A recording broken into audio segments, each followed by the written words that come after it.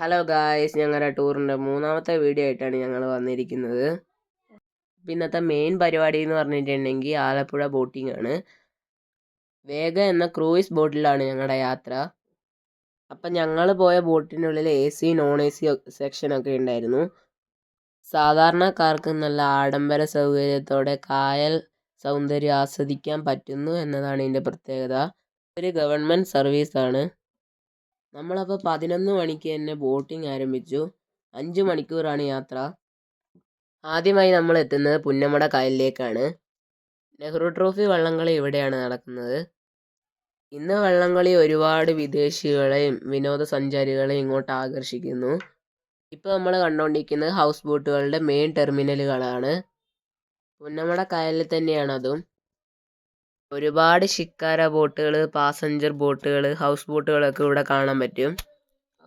അപ്പോൾ ഇപ്പോൾ നമ്മൾ എത്തിയിരിക്കുന്നത് വേമ്പനാട് കായലിലേക്കാണ്. പായൽ വെള്ളത്തിൻ്റെ മുകളിൽ കിടക്കുന്നത് ഒരുപാട് സ്ഥലത്ത് കാണാം. കുറച്ചും കൂടെ നമ്മൾ ഉള്ളിലോട്ട് പോകുമ്പോൾ വലിയ വലിയ ഓളങ്ങൾ നമ്മുടെ അടുത്തോട്ട് വരുന്നത് കാണാൻ വേണ്ടി തന്നെ പറ്റും. ഉള്ളിലോട്ട് പോകുമ്പോൾ നമ്മുടെ വെള്ളത്തിൻ്റെ ആഴം കൂടുന്നത് നമുക്ക് അറിയാനും പറ്റും.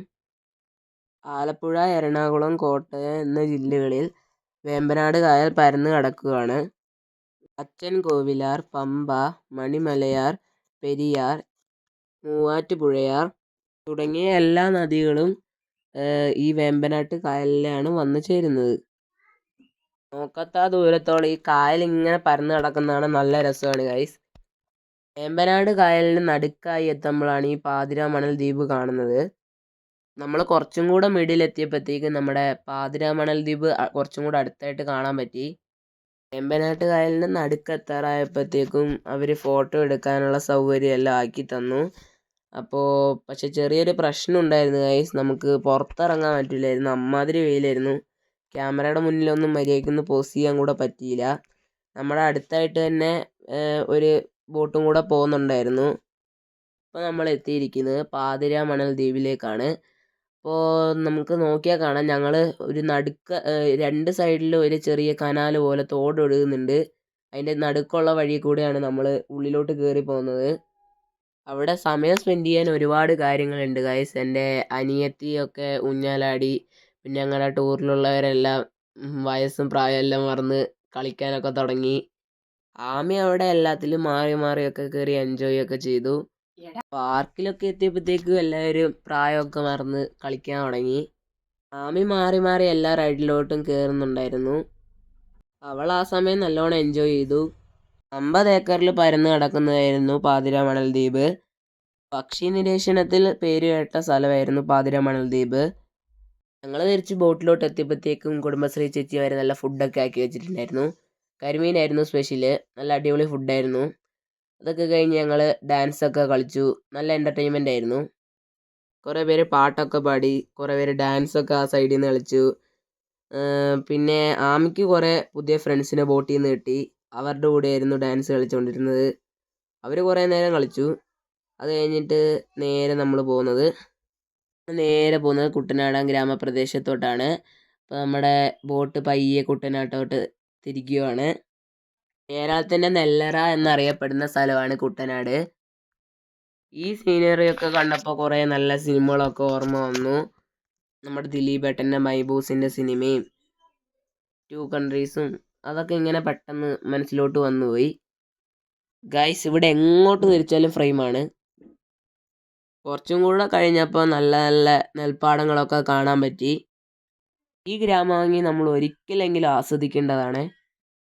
കടലിനേക്കാൾ താഴ്ന്ന് കിടക്കുന്ന ഭൂപ്രദേശമാണിത്.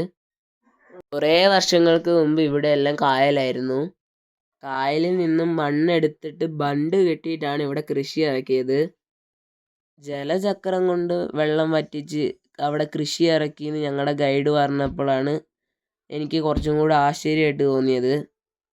കുട്ടനാടിനെ കുറിച്ച് ഒരുപാട് കാര്യങ്ങൾ ഞങ്ങളുടെ ഗൈഡ് വിശദീകരിച്ച് തരുന്നുണ്ടായിരുന്നു.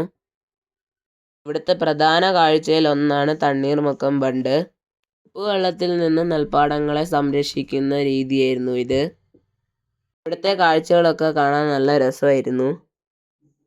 ഇന്നത്തെ തലമുറയ്ക്ക് ചിന്തിക്കാൻ പോലും പറ്റാത്ത വലിയ കൃഷി രീതിയായിരുന്നു പണ്ടത്തേത്. അപ്പോൾ നമ്മളിത് അടുത്ത് എത്തിയിരിക്കുന്നത് കുമരകം ഭാഗത്തേക്കാണ്. ഇവിടുത്തെ ഏറ്റവും വലിയ ആഡംബര റിസോർട്ടാണ് നിങ്ങൾ ഈ കാണുന്നത്. ഒരുപാട് വിദേശികളെ ഇങ്ങോട്ട് ആകർഷിക്കുന്നു. ഒരുപാട് ചെറുതും വലുതായിട്ടുള്ള റിസോർട്ടുകൾ ഇവിടെ കാണാൻ പറ്റുന്നു. ഇവിടെ വിദേശികൾക്കായി ചുണ്ടൻ വള്ളം കളികളും നമ്മുടെ കായൽ ഫുഡും ഒരുക്കിയിട്ടുണ്ട്. ഇപ്പോൾ നമ്മുടെ യാത്ര അവസാനിക്കാറായി. നമ്മളിതാ തിരിച്ച് പോവുകയാണ്. ഇവിടെ കടലും കായലും ചേരുന്ന ഭാഗമായതുകൊണ്ട് ഒരുപാട് ബോട്ടിങ് ഇവിടെ കാണാൻ പറ്റുന്നുണ്ട്. സ്പീഡ് ബോട്ടുകളൊക്കെ ഇവിടെ കുറേ എണ്ണം കാണാൻ പറ്റുന്നുണ്ടായിരുന്നു.